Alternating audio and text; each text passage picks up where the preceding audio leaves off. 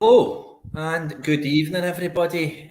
Welcome to the Rangers Rabble podcast. It's JD here, and I just want to say hello and welcome back to everybody. And this pod's been a long time coming. It's been a long summer for us Rangers fans after our sad time in Seville, although it was a fantastic event and a lot of us were there, and I met a lot of people there as well.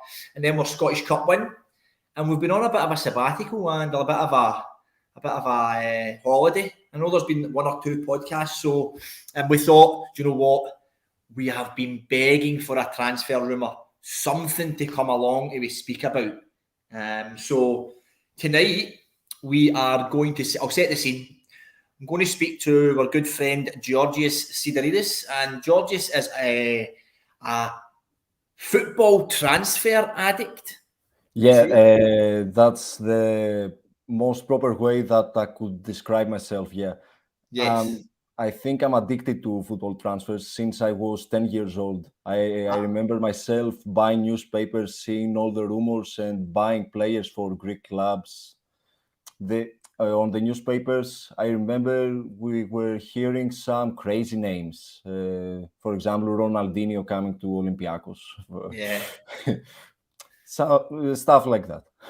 So before we go on with Rangers, Georgia, we've seen the same thing. We've seen all sorts of names mentioned throughout the years. Anyway, what we're going to do, we're going to speak to Georgios for maybe 10, 15, 20 minutes about one of our, perhaps our targets, one of the rumours anyway. Then once Georgios goes on his way, I'm going to invite in a couple of folk who you don't know, and the boys will come on, and we're going to just have a right good chat about the rumours. Let you know what we've held out. We're not getting overly excited because it's still early days, but we thought, let's talk about stuff. Probably in the last day or two, things have started to gather pace. We've seen a lot of other clubs in Scotland buy players and bring players in, but nothing for Rangers so far. So we are going to have a right good deep dive and a good dig in and just have a bit of a gossip ourselves about it. Good evening and hello to everybody in the comments. I see everybody there. I will bring up any comments that's there that I want to say, and we'll bring it in. We'll maybe chat with Georgios first on Antonio Colak. Now, me and Georgios were chatting off screen there about him, and I think most people will agree when Rangers were devastatingly defeated last year in the qualifiers for the Champions League, there was many of us, me included, who saw this guy playing up top, powerful, strong, held the ball. Finishing was really good as well. And at that point, I know for a fact I said, we should go for that guy. We should now. Fast forward a year.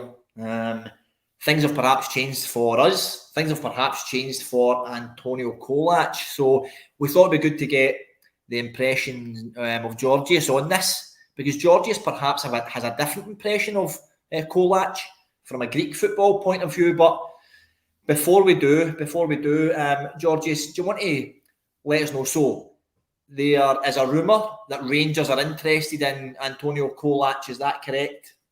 To be correct, I wasn't the one that spread the news first. It was Sport24 of Greece. That I would never say that I did something that I didn't do. That's happening a lot, but I'm not the guy who's gonna do it. I saw the news. I asked some guys what is going on, if it's true. They told me it's true, yes. The next day, we found out about the bid. It was 1.8 million euros, to be specific, because on my tweet, I wasn't specific on the currency.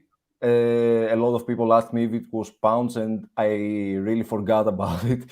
It was euros, yes. PAOK rejected the bid. PAOK bought Colak 3 million euros from Rijeka. Colak's situation didn't really work out for PAOK. He didn't get the trust of the coach at the time.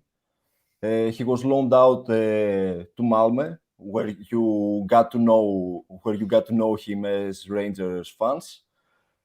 Unfortunately for you, but I hope he gets to Rangers and that works out better.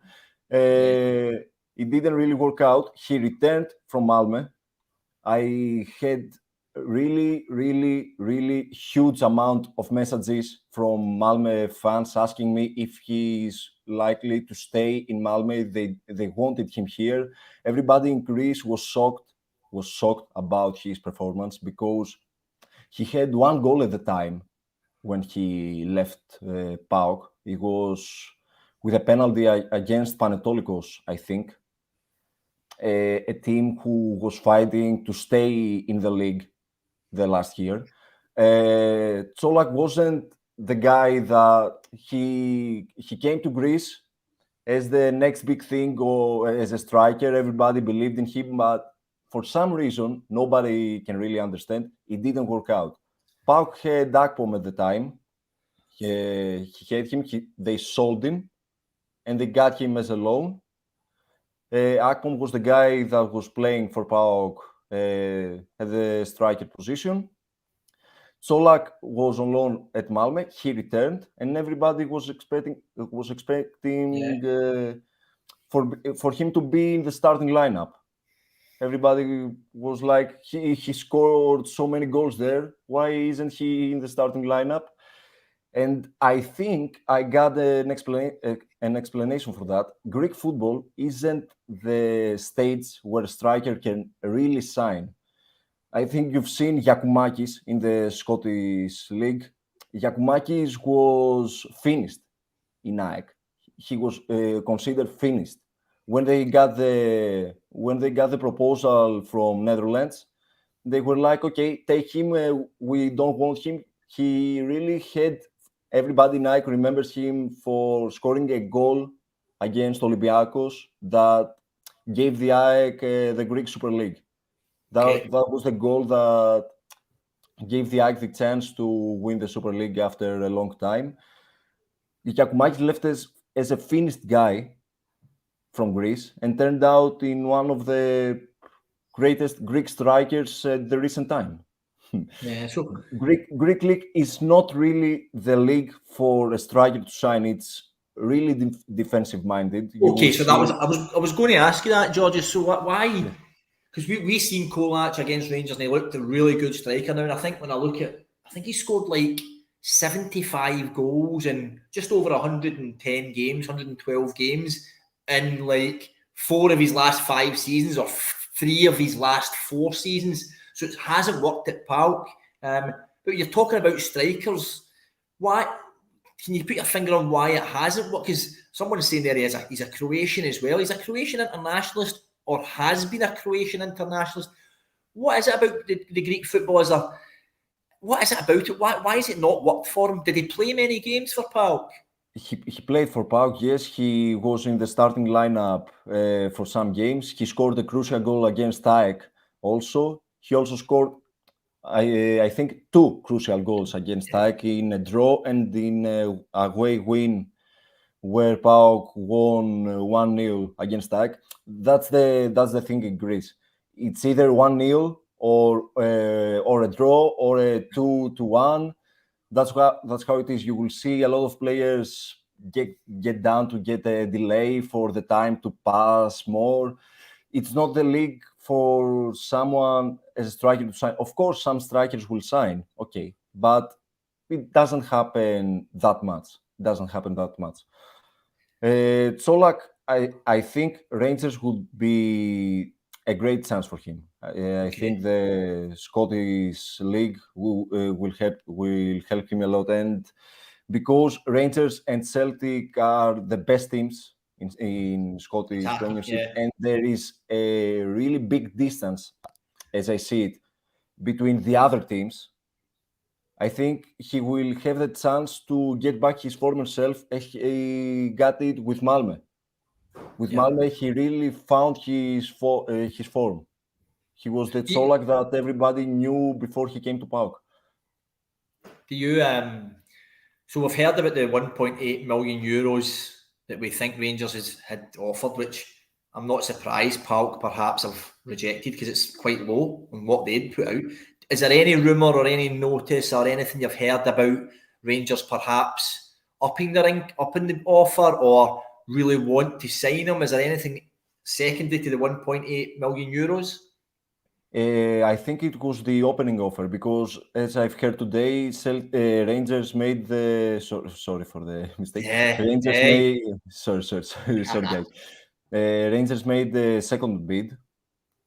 Okay. There's no info yet on the price, but it has not been rejected as of now. So I think if there is a second bid, Rangers are really interested on signing him, and I think PAOK could agree in a 2.3 to 2.5 million bid. That's what I think. Yeah.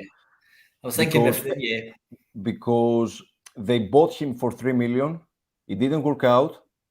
It really didn't work out, and they will try to sell him because PAOK now is working on a project where they sign young guys. If you see Thiago Dantas today, before some minutes, he arrived in Thessaloniki. He's 22 years old from Benfica. PAOK is working on this kind of project. Yeah. Yeah, I mean, that looks quite a really... Now, I don't know what team you follow, Georgios, but that signing for PAOK looked a really good one. I seen that on your page earlier. PAOK are looking at more younger players, signing boys from Benfica. So I think Colak is 29, 30 years old. He's going to turn to 29 years old, yes. Yeah. Now, you said earlier that you think he would perhaps find himself in a team maybe that create more chances, score more goals. Do you think he's got the ability and the class to come in and perhaps be Rangers' first choice striker? Or do you think he would be perhaps a backup striker? Because of Rangers last year and going to the Europa League finals, I don't think that Colak could be a first choice. As of now, okay. I don't say that I don't believe in him. I've seen him before coming to PAOK, after coming to PAOK, on Malmö. I have faith. Personally, he's the kind of player that I would like to see in my team. But I don't think, because of Rangers last year, because the Rangers went really good in Europe, which is, I think, will be the target for next year too. Yeah. So I don't think he will be the main striker. That's but good. He could really work for that and get it. I don't know. Could contribute. It's interesting because I think many Rangers fans now feel that we're perhaps a little level above that. Certainly for our first choice striker. Obviously we have Alfredo Morelos, but there's a lot of rumours surrounding him as well. He's in the last year of his contract, so it would be interesting. I just want to say thanks to everybody who's commenting. I know there's been a few folks saying he would... I'm going to just pull one up. I think Aldo had said it. Aldo, excuse me. Where are you, Aldo? There, you're there. Aldo's opinion is Colak would tear up the SPL in his opinion. But that would be... We need to get the signing over the line first. But Georgios, you seem to be quite enthused and think that the signing will perhaps happen. Sorry, I didn't hear what you said. You feel that the signing, if Rangers come in with a secondary offer or even a third offer, that the deal would probably go through? Because I've heard that Rangers were interested on January 2 for Colak. I think that they will work on the case really hard to sign him, and I don't think that 200 or 300,000 will be the reason that they will not sign him. Yeah. Okay, that's been good insight, Georgios. Folks, before we let Georgios go and before we tie everything up, if there's any questions you want to ask him, quickly fire them in. I can ask him. Georgios, what team do you follow?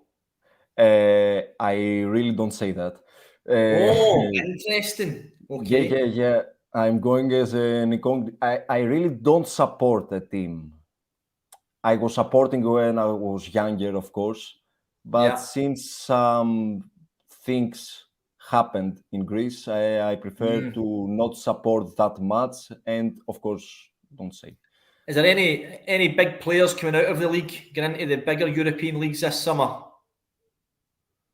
I'm sorry. From the Greek league. From the Greek league? Is there any big players leaving? Any big players leaving? I saw a comment right now where Robbie55 was asking me about what's happening with Abubakar Kamara. I think That's the Kamara he's talking about. Ex-Fulham striker. He's going to Olympiacos from Maris.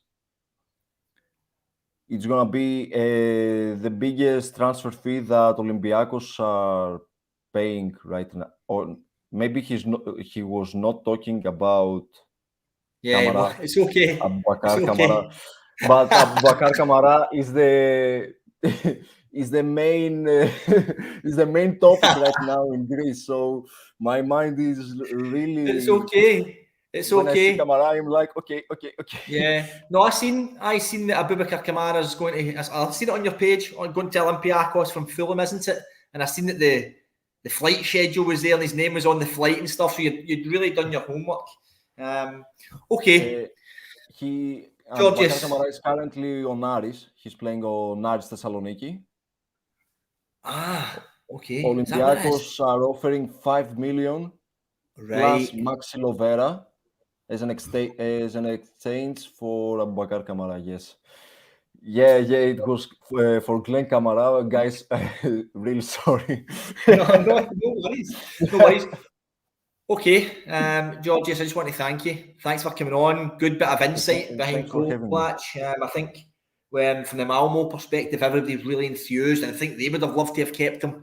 He played well against us. So I think there's a lot of Rangers fans out there who would be happy to take him on. Similar to you, perhaps not as our first choice striker, perhaps as our second or third choice even, but for £2 million, €2.3 million, it would be probably a good deal for all parties, I think. But Georgios, I'll let you go. Thank you for coming on. Really appreciate it. Thank you very much. Thanks for having me in the first place. Take care. You too.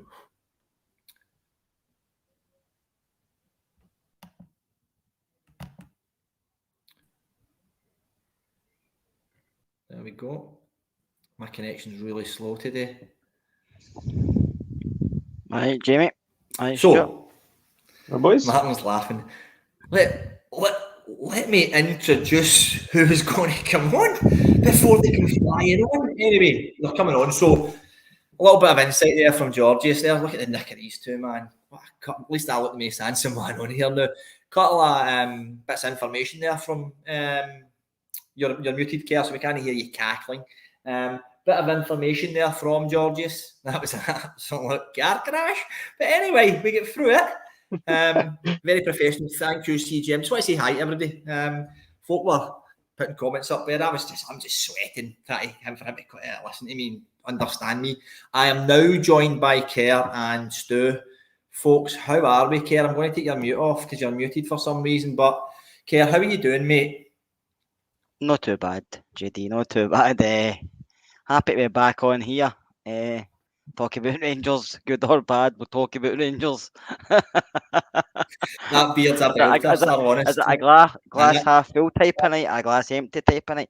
Don't mind me a bit. I just can't be bothered shaving. I've been doing 12-hour shifts and I just can't be arse shaving. Yeah. Stu, what's happening, bud? You settled? Oh, good, man. I mean, I don't get it anyway, so I can't even. Mate. But no excuse, someone a bit shit, but yeah. No, I'm all good there. Right. All good. Good. What are we going to do? Are you coming on or not? No. Nah, right, fine. We're going to kick this off then. Good wee bit of insight there on Antonio Colak. Good or bad. Listen, the guy's at a cracking goal scoring ratio out with PAOK, but what he's saying there doesn't sound like strikers really prosper in Greek football. It's they fucking won. They won the Euro. But did they win the European Championships 1 year with scoring like 2 goals? So that's what it's all about there.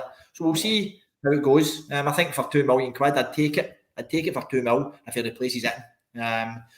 So listen, I've got the fucking agenda here to go through, and it's massive. Just want to say thanks to everybody for kind of lasting the first 20 minutes, no jumping away. I do appreciate it. We'll get some comments up. I'm going to go to the lads now on some other ins that we've been rumoured with. And some of these ins probably tie with some outs. So we'll just start on the ins. Now, I know none of us probably know much about this. However, Kerr, I'll come at you on this one. But we Lovelace. I don't know his first name now. I forgot, it's right out of my head. What's his first name? Zach Lovelace. 16-year-old attacking midfielder, forward number 10, goal scorer from Millwall. Now, looks like he's signed today. to come to us on one of those kind of youth pre-contract things. So Millwall will be doing some compo, which we love. We love that kind of deal. One, do you know much about him? And two, everybody seems to be really enthused about this signing of this young guy. Only what I kind of read up on the day, and he seems like he's got a lot of potential. That's probably why we went in for him.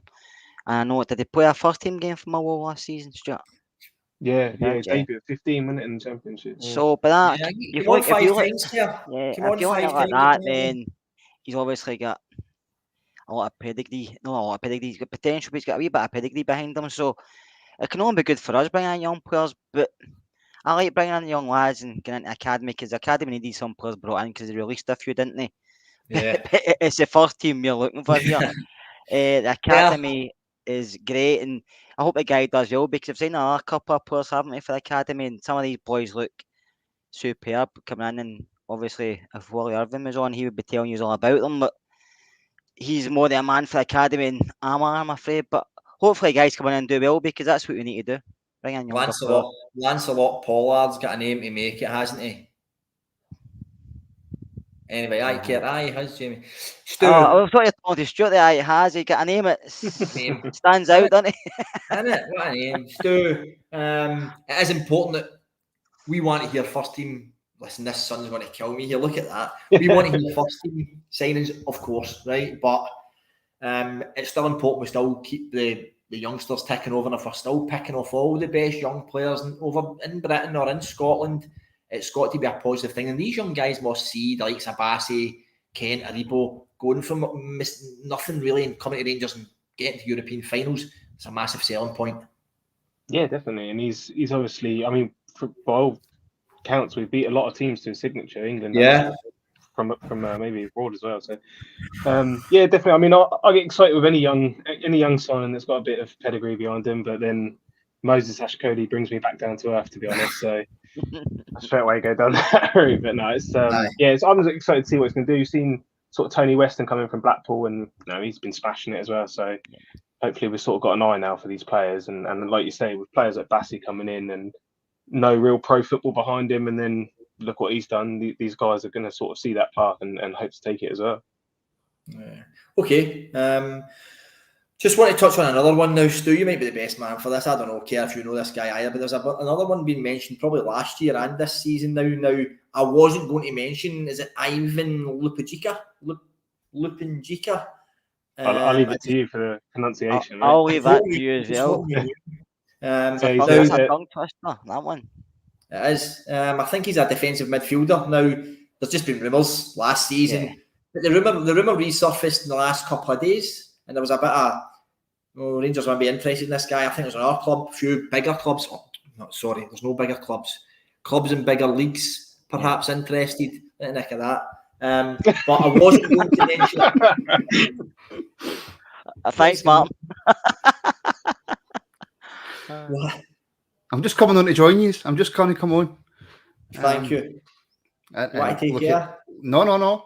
You're the man. You're the man in charge. What was I saying there? Lupinjica, yes. Now, I wasn't going to mention him, right? But then, was it, Martin, 2 or 3 hours ago or 4 hours ago? So we'll move on to the outs now. Glen Kamara things now resurfaced. Yeah. And you know me, I'm a big Glen fan. But I think if someone it'd be an absolute ideal replacement for somebody like Bissouma moving on. In fact, he's probably a better player than Bissouma for me. Stu, what's your thoughts on Kamara leaving? Yeah, I think especially that rumour resurfacing, I think it sort of makes sense now. Said it before, it's got to be our model. We're bringing these players in cheap. They're doing us a turn. We're doing this. He's been a great servant for us and given us some great moments. Now we've got to cash in on these players eventually. We can't just keep holding them until either their contracts run down or they've got no value left. So I love Kamara, but I think to start reshaping this team, we need to now sell and hopefully. We had the group chat going a lot of different valuations of him. I was hoping sort of 12 to 15 million for him. But I think Brighton would be a great club for him to go to as well. So I think it would suit all parties, really. You're only going to get from what a club's willing to pay, JD. But I think personally, if you were looking through the Rangers squad and thinking, where would you feel less sad about somebody leaving, it would probably be, and that's for lack of a better term, I apologise. I usually ask you questions, and this is why. Glen Kamara leaving probably makes the most sense, I would think, because we are packed in the midfield. Absolutely jam-packed in the midfield, and you've still got possibly Aribo, you've got Lundstrom, you've got Lowry, you've got Jack. Glenn's form towards the end of the season wasn't spectacular, but there could be other reasons behind that, we don't know. But if we were to get between 10 and 15 million for Glen Kamara, I don't think you're going to have any Rangers fans arguing about that. I don't know what you think about that one, Keir, because I would see if you went back a year ago, we'd be crying out for 20 million for Kamara. Now, he didn't have the best of seasons. Now, like you've hinted at, Martin, there is maybe a few things in the background. I don't think he ever recovered for the racism incident, to be fair. Perhaps he needs a new challenge and a fresh start. But I actually thought he got better. Not to his standards, but he was a lot better near the end of the season when he maybe moved about positions a little bit. I think... Yeah. Obviously, I'd like him to stay because I think the midfielders we've got left, I know we've got a few, but Davis and Arfield, to me, are only going to play every week. So, Lundstrom is Jack, you don't know injury-wise because it still hangs over him. So, Kamara, to me, has to stay. But Glenn himself, he's probably thinking, I've won the league at Rangers, I've done this. How long has he been here?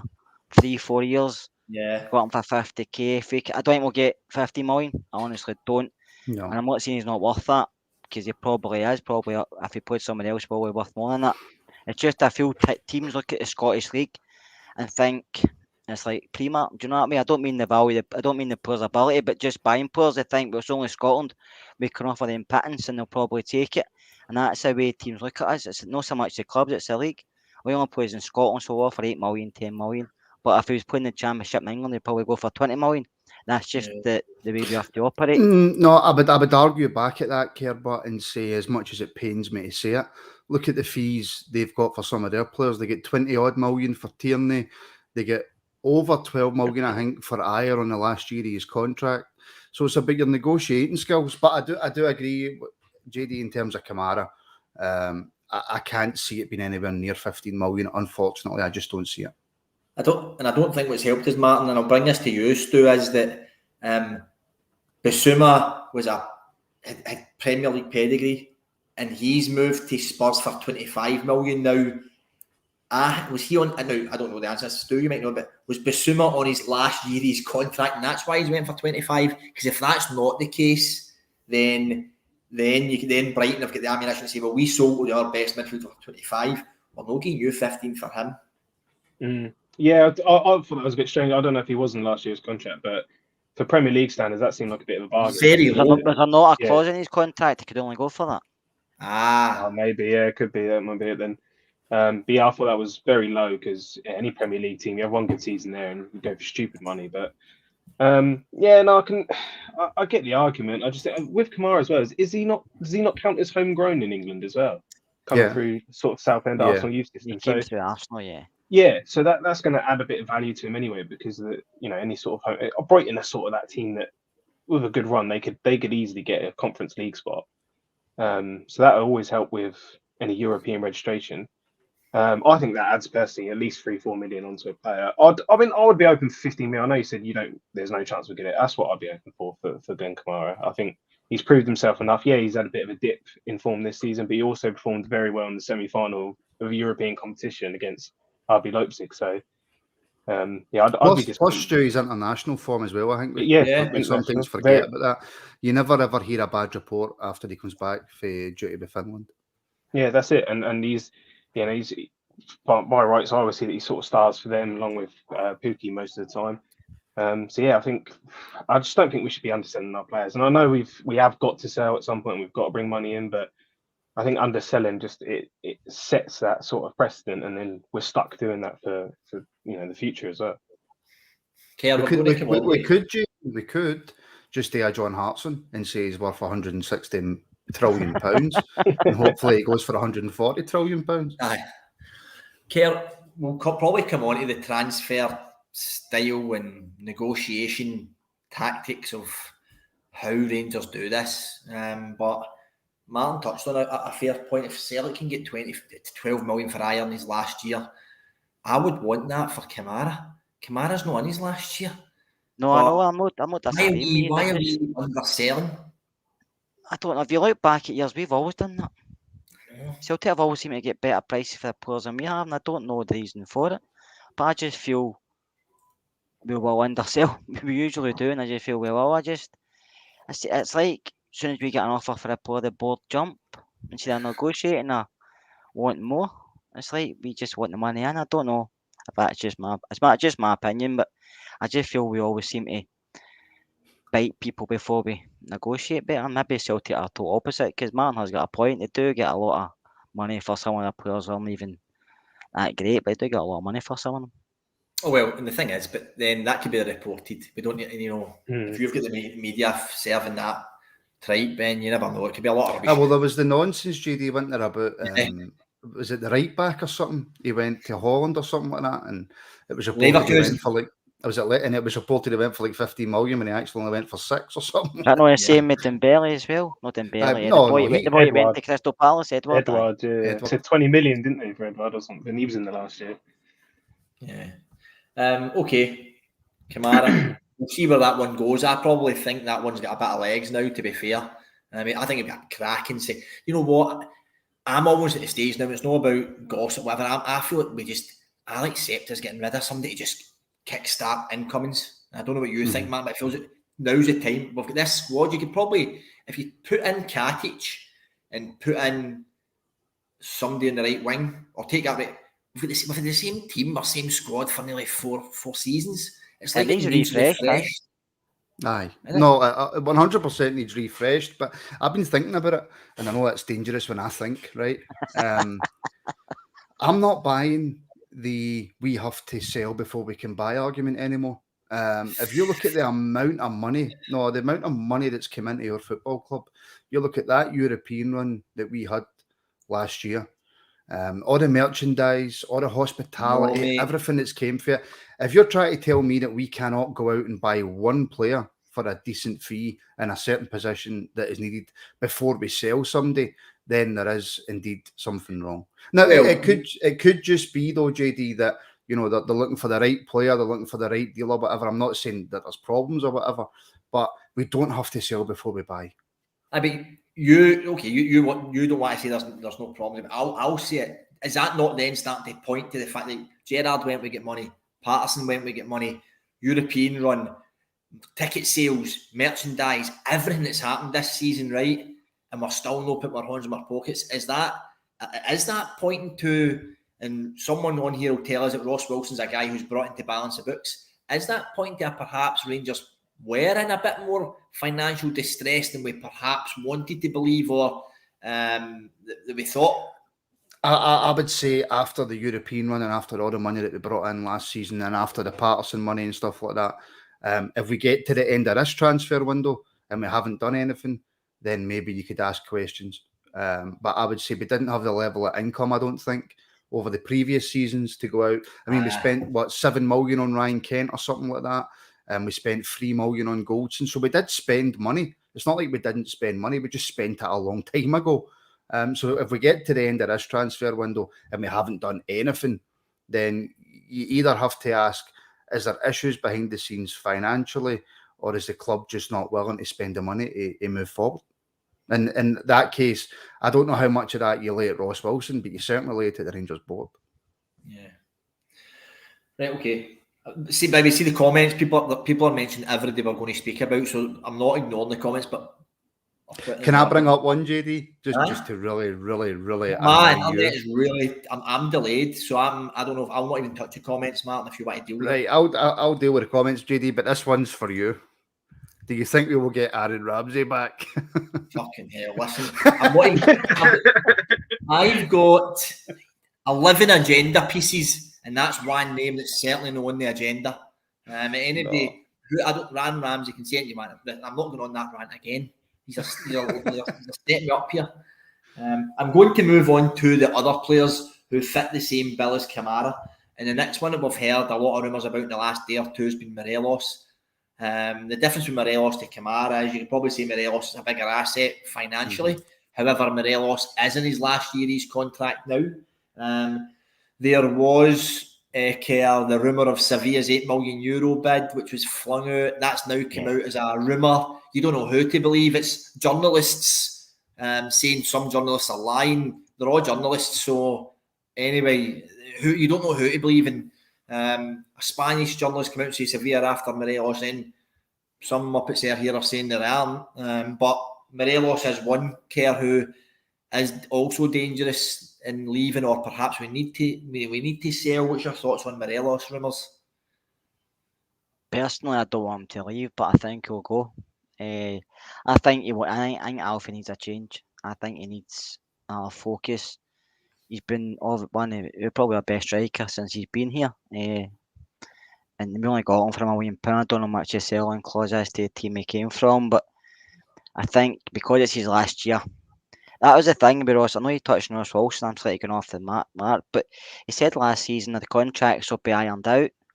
None of that happened. So you can't have 3 players, 4 players going into a year left, because these guys basically could dig their feet in and say, listen, I'll play for another season. I'm happy, because they know next season they can sign for somebody in January and all the money's theirs. They don't owe Rangers anything because it's a job. So that should have been ironed out. So we get offers for somebody. That's why clubs might lowball us as well. Somebody's in the last year, they might come in and say, oh, you can take 8 million, 10 million, or you get none come January when he signs with somebody else for free. So it's one we're going to have to look at. But I think the board we've got and the structure for the club, for the top right through to the down to, I'm even going to blame Giovanni, because I know Gerrard had a wee dig when he left. I think it's not right, and I think that's probably one of the reasons the other boy left, was it Andy Scolding, because I heard he didn't have as much say as he wanted. And you've got to remember, he brought in a lot of players under Mark Allen, because it was his picks that he's seen. He was the one that watched, but it's supposed to be he was the one that watched Kamara quite a lot. So he's went to Spurs, probably just said, I'm away from somebody, I can get my opinion across. I don't know if that's still the case, because I think if you looked at Van Bronckhorst, he wasn't happy when Ramsey came. And if you're talking about Ramsey, I wouldn't have Ramsey back, but they spent much of the say. They must have put money out for him to get on loan plus his wages. I could probably buy that boy Colak, get the haggling over what, 20 grand or something. I mean, do you know what I mean? Things aren't right. I think the question you need to ask yourself is, would you accept 8 million, 10 million for Morelos now, or would you be more happy for him to stay the season, try and help us win the league, and then leave for free? That's what you need to ask yourself. What would you prefer? Was it €8 million as well? I'd let him leave for free for €8 million. I'd rather have another season for that. We had this chat last year about Goldson, and we all said, I said I'd let Goldson leave as long as it wins the league, but we're not guaranteed that now, because we thought we were going to run away with it. So we keep these players. We had these players last season, so I think we need something to freshen the team up. Whether that is selling somebody and bringing some folk in. On Morelos, right? What amount of goals he scored for us? Unreal. Bullying folk, stuff like that. But he has dips, and he always has dips in form. I don't know if Morelos would prosper in any other league or get idolised in any other league like he does with us. I think he needs to think about something like that. I do think he'll leave, Martin, but but Judy, you're saying that, right? But look how we finished the season. Look how poor we were. Look how much we struggled without Morelos up front. And I haven't watched it back, and I don't like talking about it. I don't even like bringing it up, but I will use it for this example. If we've got a fully fit and firing Morelos, we probably win the Europa League. That's how important he is to our team. But he's not our whole system revolves around the way that man plays. That's how important he is to our football team. It's the old adage, we keep forgetting when a player's out, they become a lot better. Morelos went through a spell early to mid last season where he wasn't scoring goals, and he was right off the boil. So he's not full. I don't think he's bulletproof in this team. No, and I know folk will say he is. Just important. He is important, but I don't think he's like, if a decent bid comes in for Morelos, upper of 12 million, I think he'll go. Stu, I don't know, what do you think? To be honest, I'd be happy. In the last year's contract, I would take 12 million. I just think the fact that it was €8 million, which, what is that, 6-7 million? 7 million, yeah. I wouldn't be too happy with that, to be honest. I get what you're saying, but like Martin says, we built our whole tactic around him, and we saw how much we struggled when we were just pinging balls into Kemar Roof, and it wasn't sticking like it does with Morelos. Anybody, Aribo, anybody. Even when he's not at it, he's still bullying defenders. He's still like helping create chances up there. So I just think he's that one player, a bit like Ryan Kent, where they're the two most difficult players I think to genuinely replace, because to replace them you've got to spend a lot of money, and clearly we don't look like we have a lot of interest in doing that right now. I know. Let's touch on Kent as well, because he's the other player who's now in the last year his contract, isn't he? Yes, indeed, yeah. Yes. Aribo as well, but no. Yeah, Aribo as well. Kent, Morelos, yeah. Yep, Aribo's on the list, Kerr. I'll get to him next. Kent's another one now. It's been all quiet in the Kent front now. His European exploits last year probably carried him through the season a wee bit. And there was a lot. I know the German league. I'd be surprised if nobody was interested in him there. But a couple of lazy ones came through. I don't know if it was his son or something had said the bookies had slashed Man United for Ryan Kent, which I thought was an absolute. It's a lot of rubbish. But Martin, what's your thoughts on Kent getting into his last year now? And again, is he one that we can afford to lose on the cheap? We paid $8 million for him. I think letting you're one of the highest amount of players you've spent money on. 7 million, 8 million, whatever it was, allowing him to go down to the last year of his contract's criminal. And I think whoever's in charge of that needs their balls booted, because Kent's a strange one, right? Because Kent goes through phases where he's like against Dortmund, right? Unplayable, phenomenal, world beater, right? But he couldn't score in a barrel of wits, right? He's fit. Yes, his finishing is atrocious, and when he's not on his game, it's worse than a man doing. But more often than not, he is, especially in the big games against them in Europe. Ryan Kent is absolutely phenomenal. So see, you allow a player of that quality run down to a year left on his contract, it's scandalous. And if you're Ryan Kent, you're saying to yourself, I know that I could probably go middle, bottom end of the Premier League, or I could go abroad and get a lot more money than what I'm on. And I don't think, we will, because we're Rangers supporters and we love the club. I would say that no fan could really blame a football player for doing that, but we all would, of course we would. Yeah. But if we don't hurry up and get these contracts sorted, then we're losing out on a shitload of money. Is this where the Goldson thing doesn't really help us? Because that's going to set a precedent of these players thinking, you know what? I'm not signing a contract. I don't care what you say. And see, if I do want to sign, eventually that's my decision. I'll do it at the end of the season. And we don't want to get into that, Stu. I think Rangers would need to say to players, it's now or never. And I think perhaps could you afford to maybe say to one of these players, right, we'll keep you Morelos for the rest of the season, but see Kent and Aribo, you need to go, you're gone. Yeah, definitely. It's like what I'm saying, like whoever's been in charge of that, it's an absolute disgrace, really, because when you think about it, like a season ago, we were saying Aribo 20 million, Morelos 20 million, Kent 20 million. We're talking 60 million pounds hopefully for 3 players, and now we're talking about €8 million bids for them, and that we might have to accept that. And Kent will be even lower because they Liverpool have a sell-on clause, which is well publicised. So yes, we don't know what the deal is with Aribo right now, but it's a real problem. I can say, Stu, on Aribo, I've been reliably informed that he wants to stay at Rangers this season. I don't know about contracts. But I did hear. I don't know if that's changed since the last time I spoke to the person who told me, who's very close to him. I don't know if that's changed, but at the end of the season, maybe it was just a high after winning the cup or whatever, but he wanted to stay at Rangers, but there was no talk of contracts. But on that's 3 players who, like you said, Stu, would have been upwards of, we'd be wanting 60 million. Now, the big fad, the big phase, the new, whatever you want to call it, whatever the terminology is for the young people, is football players running down their contracts, leaving for free and picking up double, triple the wage that they're currently on, right? If you're Ross Wilson or you're a board member at Rangers, you have to know that. You cannot, Ross Wilson can't come out, and do you know what? It never even crossed my mind because I don't really bother with contracts and stuff, right? If you're Ross Wilson, you can't come out and say we're going to wait until the end of the season to sort contracts when your three biggest assets are going to run down into the last year. You have to sort that out 18 months before. Why has that not been done? Yeah, unless they've been offered deals and knocked them back. But I think if that was the case, your agents were told somebody. So I don't know. Maybe it's a game Rangers are playing. It's like, well, we'll see who else offered you something, and then we'll come in with a bid late last. That's a risky game, Kerr. That's a risky game. I maybe, I don't know. You'd have to ask Ross Wilson that face to knee, but I don't really know if what the issue is. But Ryan Kent's out of them all is the one I would keep. I think he does so much for the team. I know he can have bad games. I know he can miss chances, but his work rate's phenomenal. He's up and down the park, and he doesn't hide. I know, Kerr, but I would rather have an end product.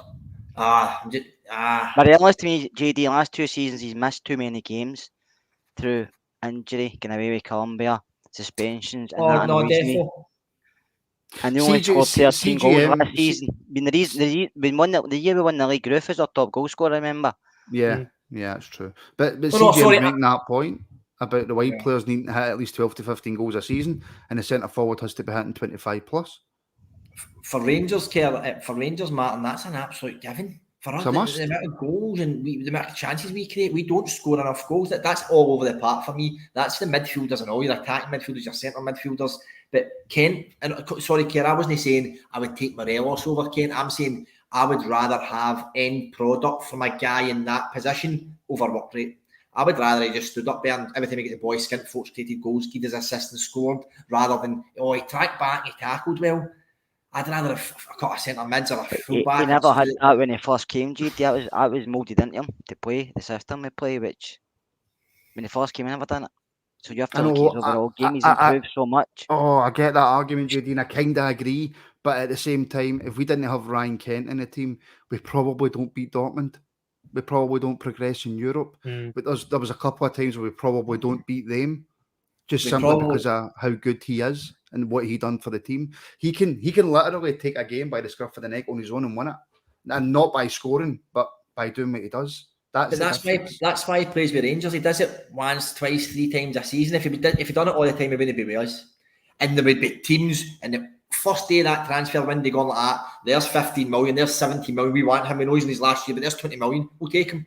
If Ayer goes for 12, Kent should go for 18 on his last year. So why did Dortmund, Leipzig, Frankfurt, any of these German teams, Villa, why have nobody come in with that first day? We want to get him before anybody else. There's 16 million, 17 million. We'll take him. He's got a year to go. Rangers say, we double our money. Thanks, no worries.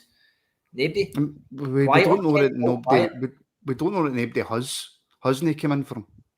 Yeah, supposedly Leeds did, didn't they, a while ago? Leeds did, Wasn't that to do with the sell-on clause? We wanted a lot more money because of how much we're going to have to pay back to Liverpool. Yeah. A lot of these rumours do come out, though. Let's just move on to the one you brought up. I just think Rangers should come forward and offer the 4 guys new deals. If they say no, then we know, right, these guys don't want to stay any longer than a year. So you're open for offers. But then if Rangers have done that and they've said no, Rangers don't want to make that public so they can get as much money as possible, don't they? Yeah. I know, probably aye. But you yourself, if that does get leaked through agents and other things. Mm-hmm. Yeah. Definitely. I don't think Rangers have offered them in myself. I think Rangers are playing hardball. I don't know why, but I think they're trying to do what done with Golson. They must have done when Golson was going to stay, to be honest with you. But I don't know if these 4 guys all, because I think Golson's a bit older. Yeah. He's kind of more, he's got a family and stuff, more set in his ways. I know Morelos has, but he's no British. He's willing to go and live in another country. Kent might go back to England. I see Aribo getting back to England. I agree. Let's talk about Aribo then. I know Martin's been quite vocal on the fact that we probably know Aribo's come out and says he wants to stay for this next season. I think for that one, Kerr, I think Martin's probably right. Aribo might want to stay.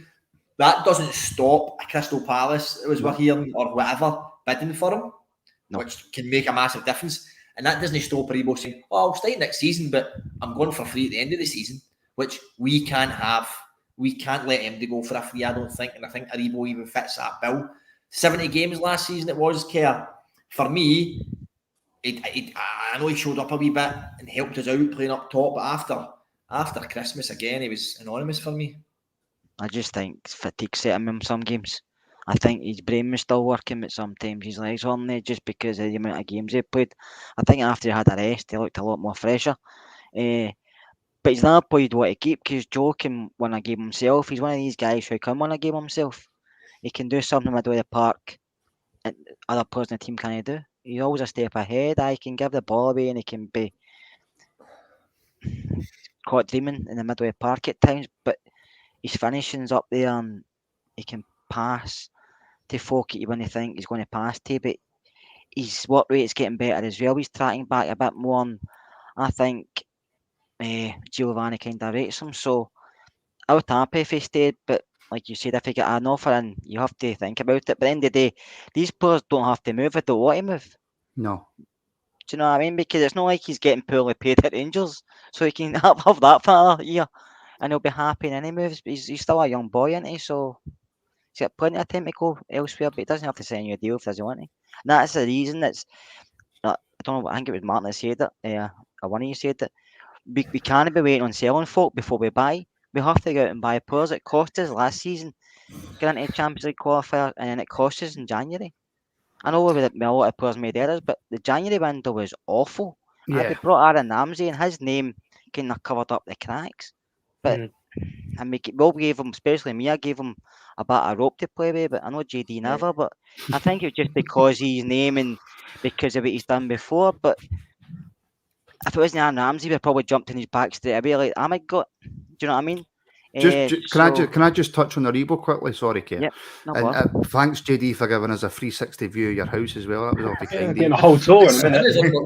I've done my kitchen up. I've not put blinds in my window yet. That's killing me. You just wanted to show everybody his new kitchen, didn't he? For me, sorry, the dining room. Does the dining room come through to the scullery? Tail sitting in the toilet. That's just spare room, Nobby. Toilet. Okay, Wendy's in the toilet. Before I make my point, Aribo, I just want to echo what Jamie said earlier and thank everybody for watching. It's great to be back. If you're watching on YouTube, please do like and subscribe, and obviously please do keep getting your comments in. If you're watching on Twitter, please like and retweet and get your comments in there as well. Oh. That's him tail in it. So anyway, yeah. I think Martin was going to see something there rather than the usual stuff. Is she on me? Is she on me? No, she said you've got a cheek to slag Jamie's dining room when you're sitting in your sunroom. Sunroom. It's not a sunroom. So yeah, what was I saying before I was rudely interrupted? We've got a target we want to hit subscriber-wise by the end of the season. It's 10,000. So if we could maybe try and hit that, then please do hit the subscribe button and tell all your Rangers supporting friends about the podcast as well and try and get them to subscribe. But just on Aribo, I genuinely think, and again I've been thinking, I'm sorry folks, I have been thinking, I think Aribo is by far the best player at our football club. Honestly, and I'll make my point now. See the first half of the season, Aribo was unplayable. He was outstanding. He was the best player on the park by a mile. Second half of the season, we're all saying he never kicked his arse. I don't think that's true. He didn't play anywhere near the first part of the season, but he wasn't as bad as what folk were making out. As a team, we were just poor.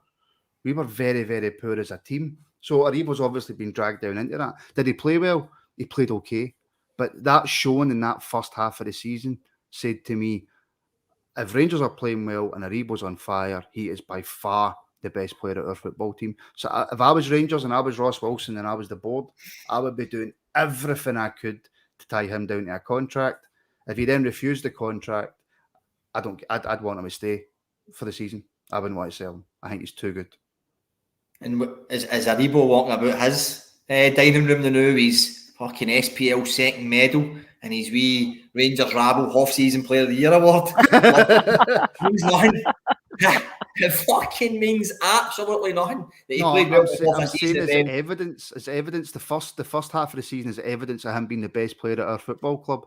And if now that Gio's got what he wants in place by tactics and formations, etc., etc., I think Aribo will excel. And if we get a few more decent players in, honestly, I think he's by far the best football player at our club, and I'm including Alfie in that. I think he's the most important. Alex Lowry would eclipse a lot of them if he gets more game time this year. Am I still doing this agenda here? Are you? Yeah. Right, okay, we'll move on from Aribo. We're happy. Stu, anything else we want to add about Aribo here? No. Like Aribo's good. That's it. Good answer.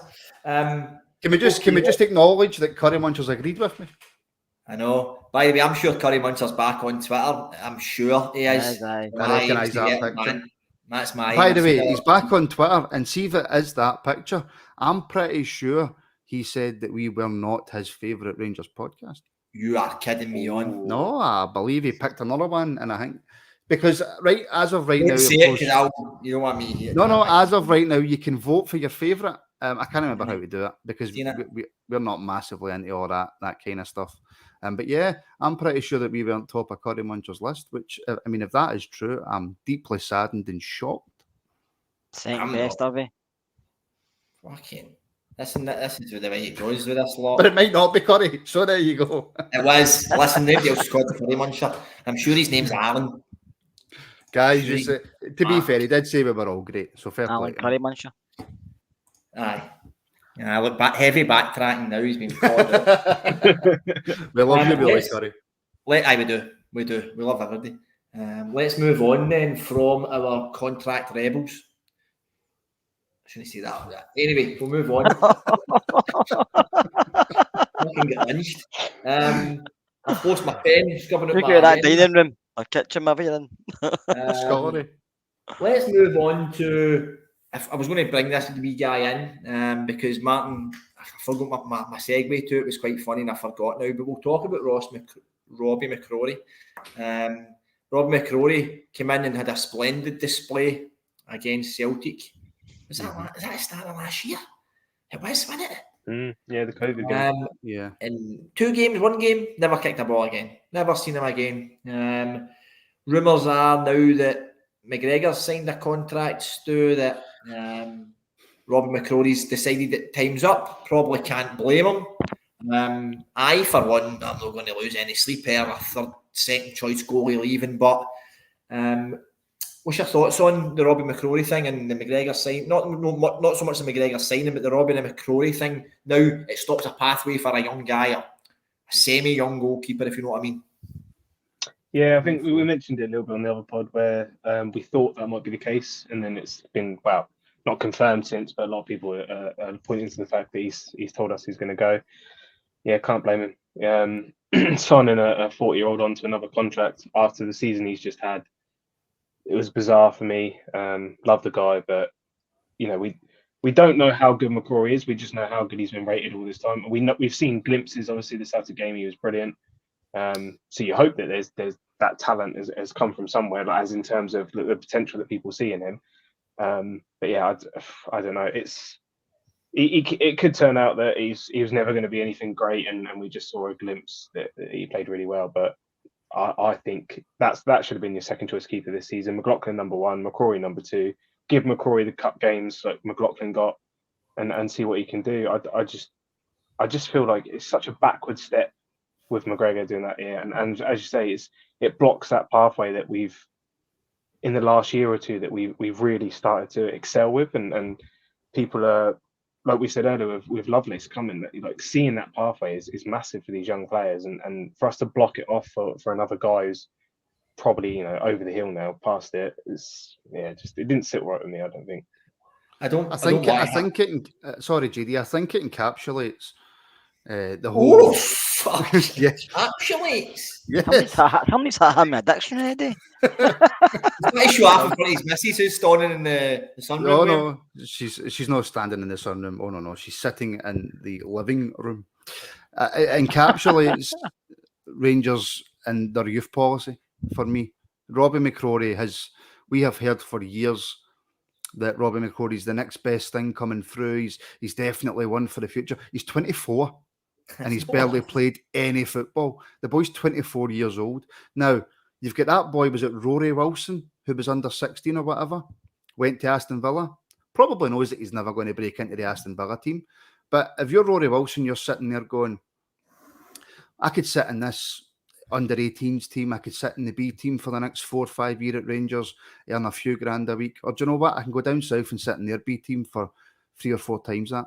Yeah. What signing McGregor back, as much as I love Alan McGregor, signing McGregor back and then effectively saying to a goalkeeper who you've been bumming up for 5 or 6 years that you're the next big thing, you're effectively saying to him, see this 40-year-old who's slightly over it, he's still better than you.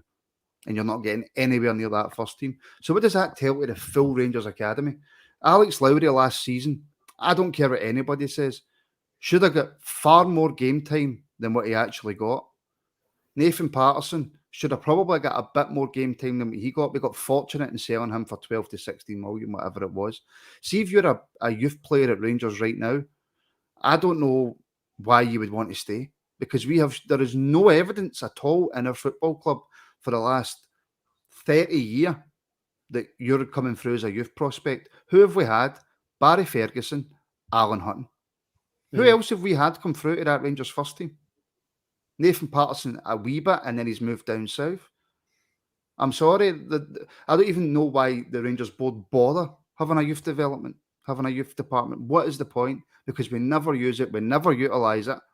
And now you've got a 24-year-old goalkeeper who's probably going to end up at Shrewsbury. Fucking breathe. And that's why he boasts everybody. Sorry.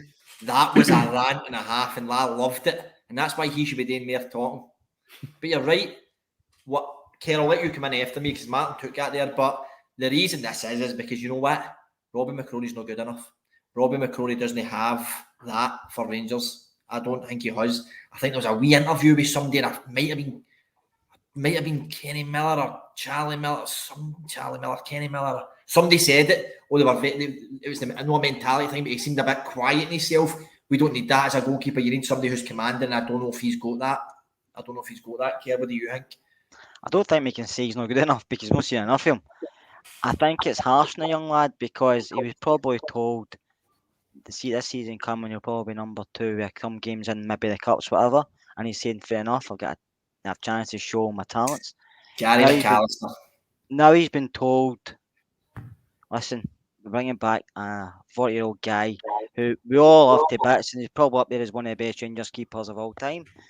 With an argument, you can say he's one of the best. So, and I've none against Al McGregor, but Rangers should never have offered Al McGregor a contract. Never. And I'll argue anybody that says he should have, because he's finished. Brian might want to play football, but he's not good enough. The problem, we should out and bought a good goalkeeper. I'm not slagging John McLaughlin. I think he's a decent keeper. But we need a good... Rangers have always had a lot of good goalkeepers throughout our history. We need to go out and buy a really good goalkeeper, which we've just not going to do, because if we signed Al McGregor, and I still feel if McGregor's signing, he's not going to sit on the bench and watch, because he's not that type of guy.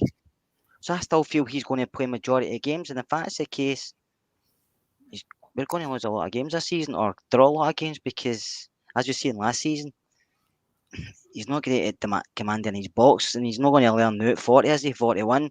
So I think it's poor by Rangers. I think it's lazy, and I think, like Martin says, the young guys sitting saying, what's the point of signing here? Because if guys at McGregor's age, Davis's age, Arfield's age, I mean, how are we going to get in this first team? I can go elsewhere, I might not get as much money, but prove myself and then get another move to a bigger club or a better club and get more money then. Because I'm not going to get it here. And if Alec Lowry doesn't play at least 20 games this season coming, then there's something wrong as well. Because these guys have to be given a chance. I mean, you're going to give them a chance. So, because sorry, GT, but some of these guys we've got in the side, some of the guys, Mark Allen signed them, and how long has he been away? But they're still here. Mm-hmm. We have to refresh this team, and if we don't, this season could be finished before it started. Note to self for further pods: don't mention the goalkeeping thing. Right, because time is going on now. I'll say we probably signed McGregor because Robbie McCrory's not good enough. That's probably why we've signed another year. Look, I've seen him for 2 games. right? We'd be better with Willie Irwin on to speak about how good or bad. I think it was better with Willie Irwin in goals. Right. Probably Willie Irwin was probably a good goalkeeper in his day.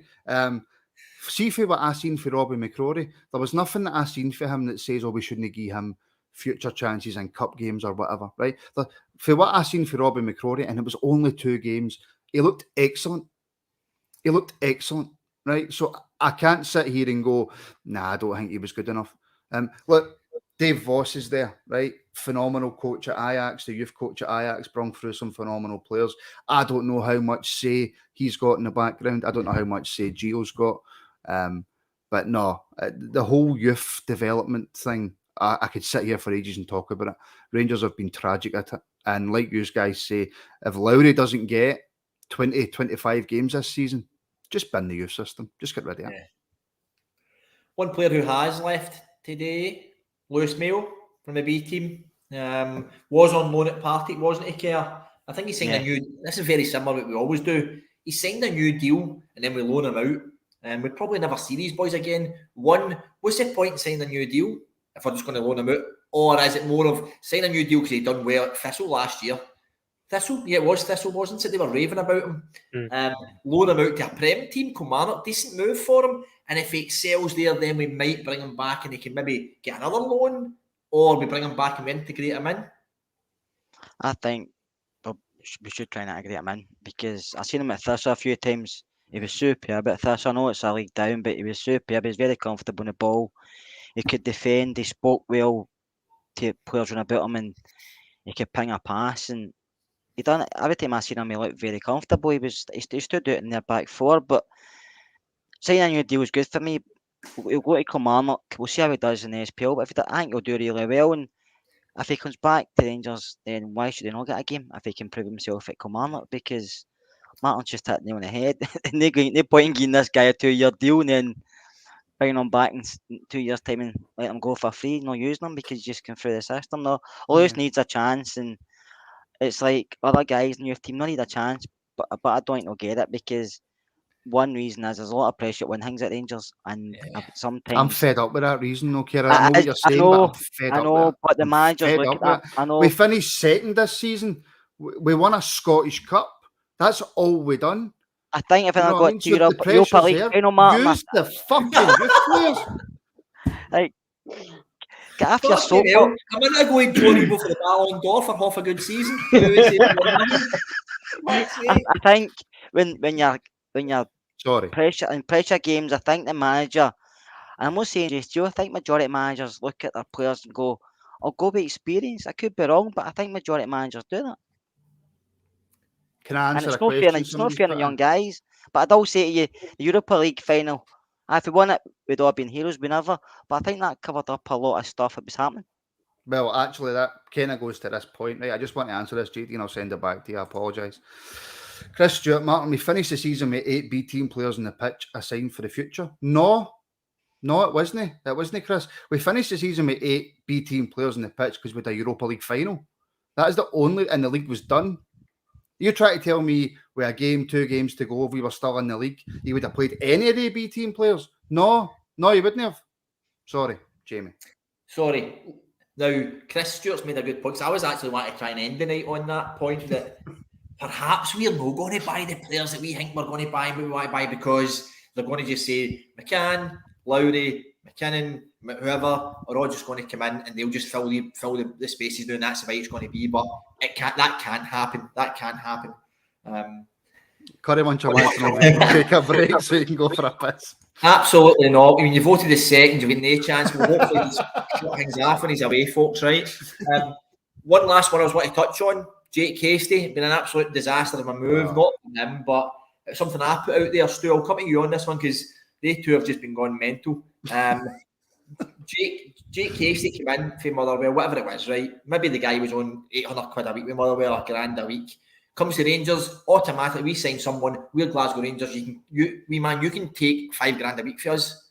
Brilliant, $5,000 a week. 3 months later, it realised that it doesn't work. He's not good enough for us. He's not good enough for Motherwell, really. He's not good enough for Linfield. He's not good enough for MD.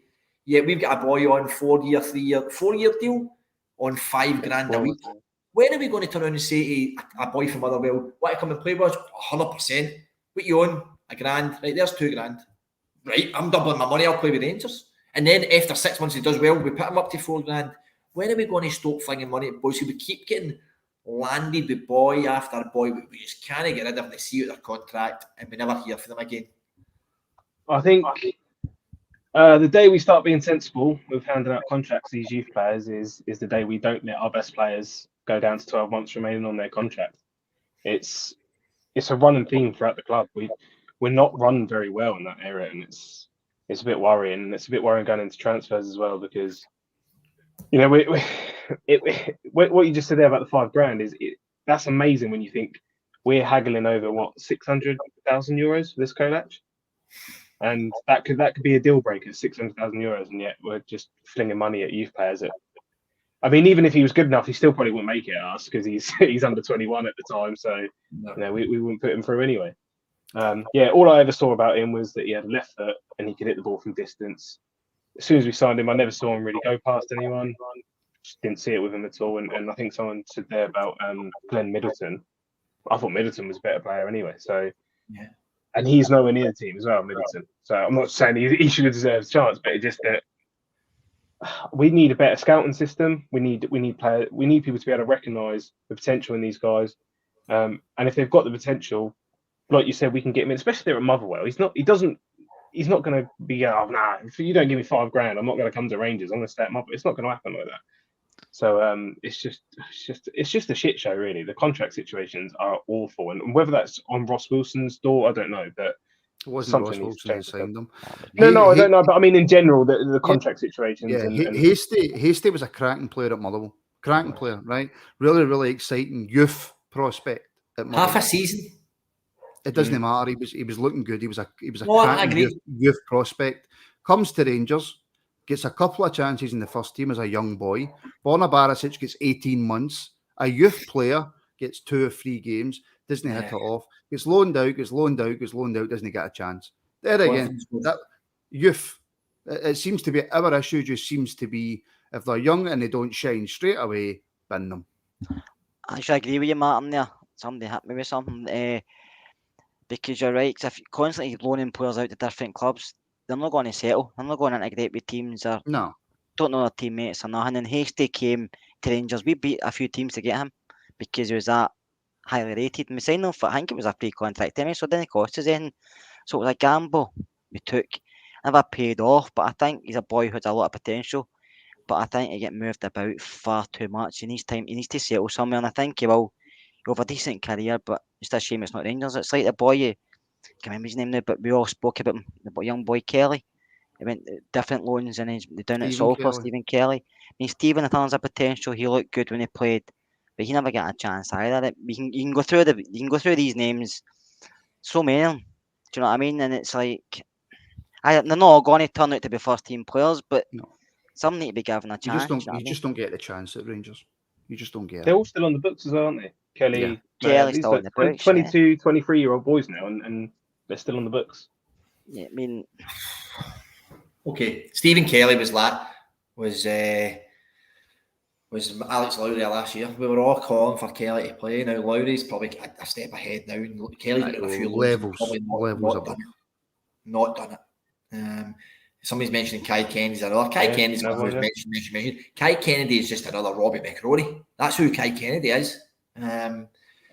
Okay. Matt, I don't know if you want to continue. So I want to just touch on that contract thing that Stu said there and come to Kerr on that point.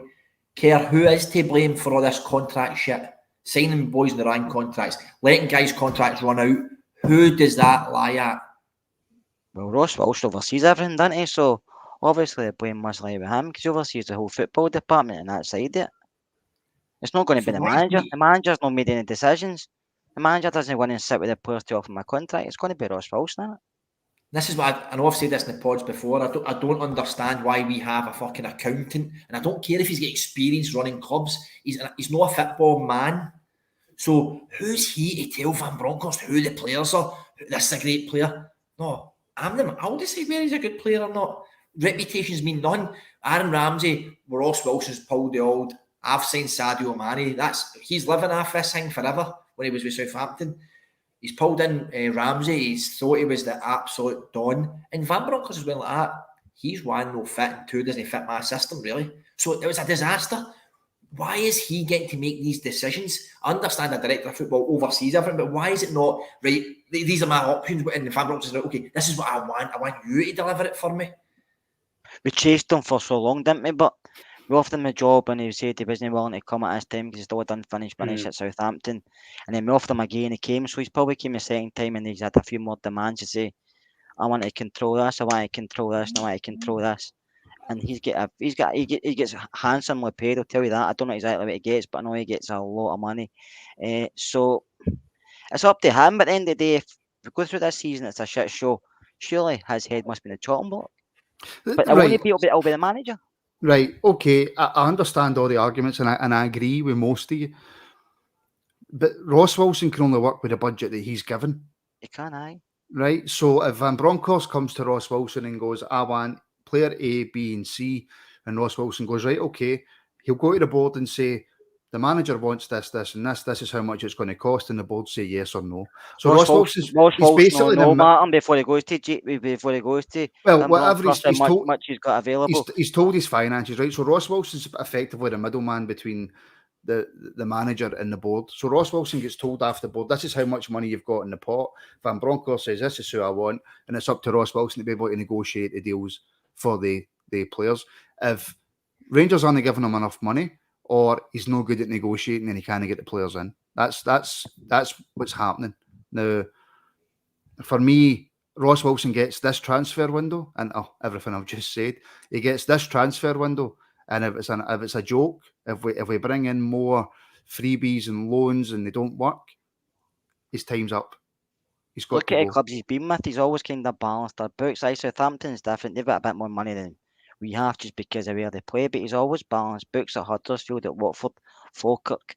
Falkirk, he actually used a lot of youth players, to be honest with you, because that's probably the way they had to go. But that's how they work. He's always worked to balance the club's books. Maybe that's what Rangers are looking for, somebody so they don't overspend again, so they don't go into what they've done before.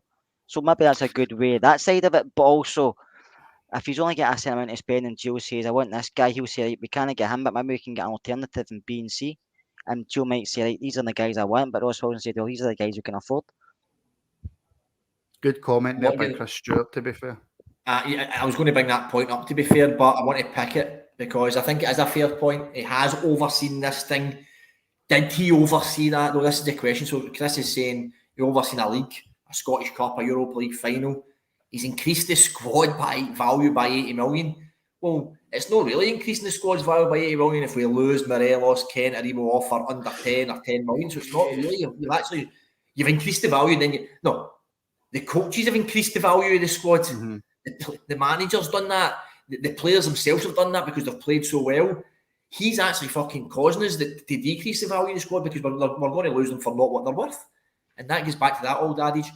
Nicholas, I'm not getting into the Aaron Ramsey chat. I know he's not. Aaron Ramsey was not a disaster of a signing. He wasn't given a chance. Fuck, I can't even go on it. But he ran about, laughed and smiled, and then missed the pen. He played one good game against Annan, by the way. Remember that, man. Wilson brought in 4 players in January, and the manager didn't play any of them. Really, I suppose that's a fair comment by Foldsy as well. That does tell you a lot. That worries me. Does that not worry you? That happened? I think Van Bronckhorst alarm bells would have been like, oh, what's going on here? But I know that's how the director of football thing works, but there needs to be a good connection there. And I'm not sure that folk connect with Ross Wilson because perhaps his ego doesn't allow that to happen because he's signed Sadio Mane. I'm going to keep going on about that wank here. And the thing is, JD, look, David Morrison, you can slaughter him when bad, but give him 0 credit when we do well. Listen, JD will sit here and tell you, I think I was on with you, JD, when we signed Ramsey. I think we were on that breaking news. Oh, we were loving it. Oh, the praise he was getting that night was unreal. Oh, listen, Ross Wilson's connected to Rangers Football Club. We love Rangers Football Club. We want Rangers Football Club to do well. I don't want to be sitting here criticising the director of football, the board, the players. Nobody wants to be criticising anybody. But do you know what happens when supporters have the blinkers on, don't pay attention? Do you know what happens? 2012 happens. right? That's what happens when you totally take the blinkers off and think that everything at the club's rosy. So see, when you feel like you have to criticise something, you fucking criticise it. And that's what I said about Ross Wilson, Martin, because he oversees things, and so that doesn't happen again, overspending and stuff. So he's probably doing a perfect job for the board. And you can't say he's brought in players. I mean, Lundstrom eventually be turned into a great signing, but I know the chap said he overseen the league, but most of that team won the league with Mark Allen signings. And Gerrard, then when Gerrard left, he criticised him for not spending more money. I'm not saying that's Ross Wilson's fault, because he's not the man that controls the purse strings. It's the board, but the board tell how much is available, and then he relates it to the. He's a go-between the board and the manager, but he oversees all the football and stuff. Gio's on the pitch with the players, so it's the manager and the coaches that train the players and give them the tactics. Ross Wilson oversees everything else, so you can criticise him, but you can also criticise Gio if he don't win games due to bad tactics. But Gio doesn't really have a say in players. He might give players up front, but he doesn't really in negotiations. That's where Ross Wilson used to work before. It could be totally different at Rangers, so if it is, I'll hold my hands up and say that. But that's what most clubs do with directors of football. They deal with a lot of that stuff. And you see some directors of football down in England, some do it really well, some do it really bad. Just very quickly, the Red Barn 22 was very different. That happened over 20 years ago. I was using it as an extreme example because I've had a really difficult week at work, folks. Right, I'm feeling a tad stressed. That's why I wasn't going to bother coming on tonight. But I understand that was an extreme. I'm just saying you have to criticise when you have to criticise. No, but Martin, you're spot on though, because and it's two sides to the Ross Wilson thing. Ross Wilson balances books. I probably feel more comfortable that we. Ross Wilson is there, because that will never happen to us again now, because as long as he's there, I agree with you. We're moaning that we're not spending money, but that will save us. But there needs to be a middle ground.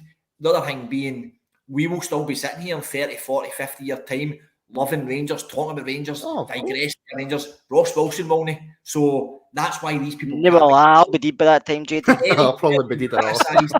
Anybody can be criticised because we're all Rangers fans and we're all Rangers through and through and Rangers men. So we're allowed to do that because it's in our heart. Anybody wears a shirt on that pattern. For the majority of people that run it, the majority, not all, some of them are, but the majority aren't. We'll still be here. They won't. They'll be away sunning themselves. I can't wait till I'm hosting again because I can't deal with the stress of having to come up with opinions. It's stressful as hell, by the way. Listen, if he's signing about 6 players between now and the start of the season, we'll come back on and we'll congratulate Ross Wilson and congratulate everybody behind the scenes at Rangers, and then hopefully Joe gets the players kicking off. And if we go on and do the treble, opinions at the end of the day, it doesn't mean I'm right, but just their opinions at the end of the day. If we go on and do the treble and win the Champions League, he'll be the greatest director of football of all time. Yeah. I think also JD is saying about he lives off Sadio Mane. I think you're forgetting a certain Fashion Scala Jr. So that's not. He might be raw and he might be 25, but. I bet if you listen, if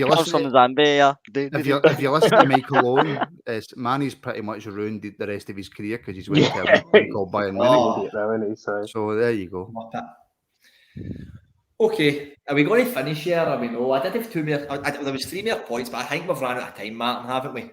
It's completely up to you, JD. Martin wants to go and watch Love Island, don't you, Martin? Oh, he does. What's Love Island? Let's end on this then, and I'll come round to 3 of yours then, and I don't need to give my opinion. Curry, if you're watching, you're probably away watching some other podcast I did see his comment about why are we not involved with Dutch players, right? Where's the Orange Revolution? That's what I thought was going to happen. And I'm so shocked that nothing's happening yet, or we're not having any rumours there. Listen, we are wetting the bed here. We just want some rumours that's all happening in the last couple of days, and it's making us feel good. We have a good chat about it, but an hour and a half in. Stu, I'm going to come to you, so you can let you speak again because they two have been on one tonight. One question to you: what do you think? What do you think we need to bring in? I think we need a left back or a backup left back if we're going to play Bassi there now. I'd like to see Colak come in as a backup, but it all depends on that. So I don't know who's going to leave. Answer the question. Don't divert from it. Answer the question. What do you want to see us come in? This is Stu. I want to see a right winger. I want to see a right winger. Basically, that's my main. I want to see a top quality right winger. Okay, Martin. What do you want to think? What do you want to see us bring in? What do you think we need to bring in? Addition. Just one. Position wise. Just one, or what do you want us to bring in there this summer?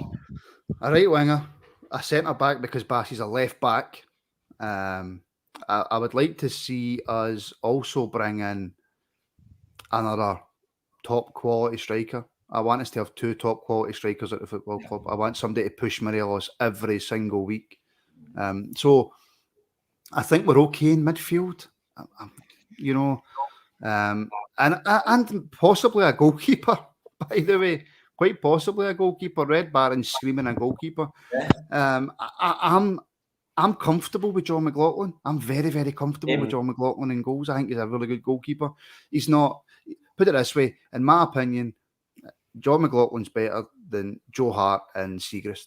In my opinion, he's a better goalkeeper. So I'm happy with John McLaughlin in goal. But yeah, a right winger, a centre back, and a striker would suit me. Same question to you. What positions do we need to bring in?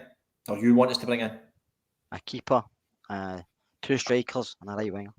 Okay, Stu, just as before we finish then, I'm going to need you to elaborate on that question then. You're a dick. Who? Tell me who. Get your football manager lead on. Fucking hell, I don't know. Colak. I want this Colak. I liked him when he played against us, so I was really excited when we linked with him. But then again, I also wanted that fucking sorry Cabba guy that was for Michelin. I don't know if you remember him. I thought he was like Alfie, like a Alfie V2. But yeah, I don't know. It's not my job. It's not my job to do it. So I just hope that whoever it is can, we just need guys that can beat, 10 dross teams in this league, and then a couple of standouts that can beat them. So, Martin, who would I've you got want no idea. I've got no. I don't play football manager anymore. I've heard Messi's unhappy at PSG. I'll take him at right wing. I honestly, Roy Spears there is saying Ross Stewart. No, I wouldn't be happy if Ross Stewart came in. Rod Stewart or Ross Stewart? Apparently, Rod Stewart's already a big fan of Rangers anyway, so he might come in. I wouldn't bother if Ross Stewart came in. I think Ross Stewart's decent myself. Listen, but Scott Kerr knows the ins and outs of the English league very well. That's a question you direct at him, not. Right, so here we go then, Kerr. Get the scout hat on. Gaze a few names that you would like us to see us go for. A keeper, Jack Butland.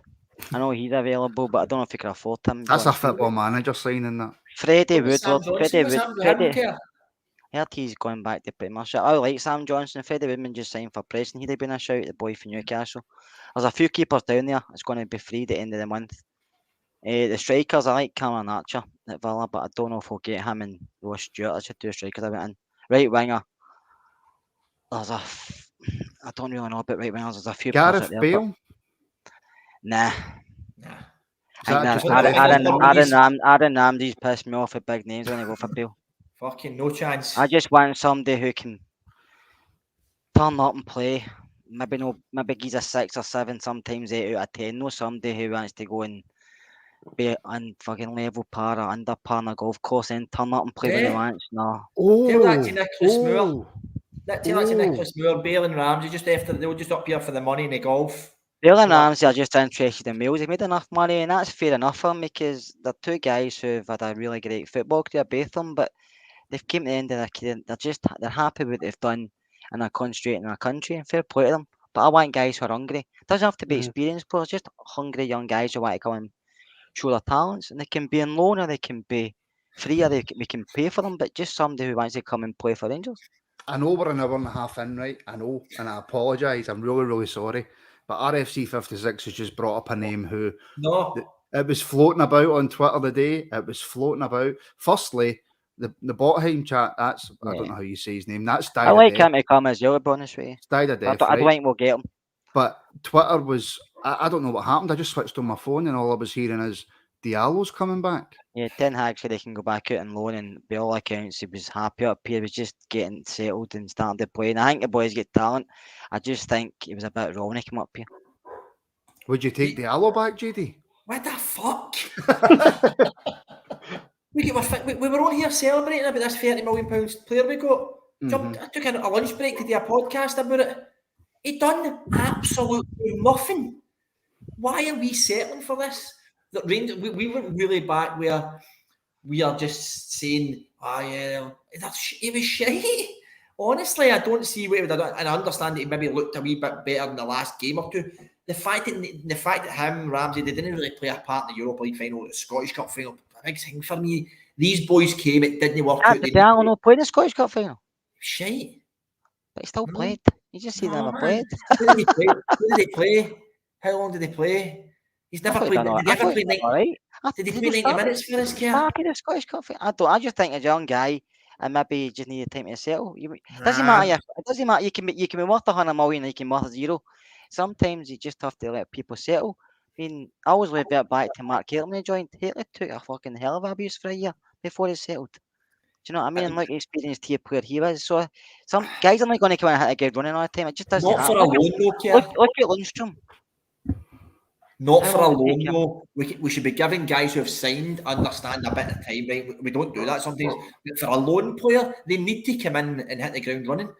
Diallo doesn't always happen, but doesn't matter who you. It doesn't always happen.